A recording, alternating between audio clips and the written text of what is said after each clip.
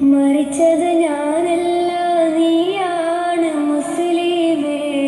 ഫാസിസ തടവറയിൽ അടിമയായി നിൽപ്പോ നീ എന്ന് തീരും ഈ കണ്ണുനീരിൻ മോചനം നേടുകില്ലേ? ഫലസ്തീൻ ചിരി എന്നത് കാണാക്കിനാവല്ല, അറബിപ്പൻ വിള